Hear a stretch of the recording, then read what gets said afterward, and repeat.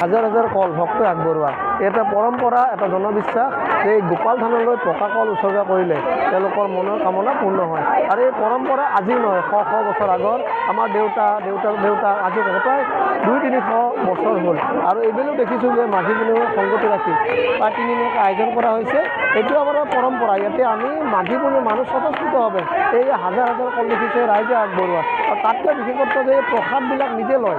ইয়াতে কোনো ধৰণৰ প্ৰথা নাথাকে যে আমি কোনোবাই দিয়ে বা কোনোবাই ল'ব নোৱাৰে, তেওঁলোকে নিজে পকা কল আগবঢ়ায় আৰু প্ৰসাদ হিচাপে গ্ৰহণ কৰে।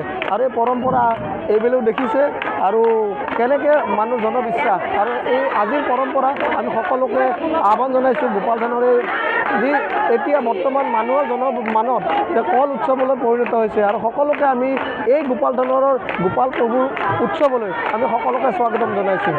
এই ধৰণৰ পৰিৱেশ বিৰল অন্য স্থানত দেখিবলৈ পোৱা নাযায়। নিশ্চয়কৈ এই বিৰল এটা কথা, কিয়নো ইয়াতে প্ৰসাদ নিজে গ্ৰহণ কৰিব পাৰে, নিজে পকা কল উৎসৰ্গা কৰে আৰু ভগৱানক দিয়াৰ পিছত তেওঁলোকে নিজে প্ৰসাদ হিচাপে ঘৰলৈ লৈ যায়। আৰু এনেধৰণে এই জনবিশ্বাস তেওঁলোকৰ মনৰ কামনা পূৰ্ণ হয় আৰু এইবেলিও হাজাৰ হাজাৰ ভক্তই পকা কল আগবঢ়াইছে। ইয়াৰ কাৰণ বুলি তেনেকুৱা ক'বলৈ নাই, এইটো এটা পৰম্পৰাগতভাৱে চলি আহিছে, বহু বছৰ পুৰণা।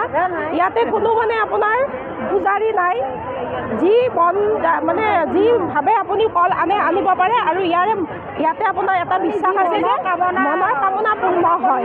ইয়াতে কল আগবঢ়ালে মনৰ কামনা পূৰ্ণ হয়। আৰু আপোনাৰ ইয়াতে যিমান ইচ্ছা সিমান কল আপুনি খাব পাৰে, দিবও পাৰে। এইটো উৎসৱ আমাৰ অসমৰ চুকে কোণে বৰ্তমান বিয়পি পৰিছে, আমাৰ এই উত্তৰ গুৱাহাটী মধুপুৰৰ গোপাল থান উৎসৱ। বিভিন্ন ঠাইৰ পৰা, আনকি অসমৰ বাহিৰৰ পৰাও, আমেৰিকাৰ যদি কেমেৰাৰ ফালে চাই কথা কৈ ভাল হ'ব, কেমেৰাৰ ফালে অসমৰ বাহিৰৰ পৰাও আমাৰ ইয়ালৈ ভক্তসকল আহে।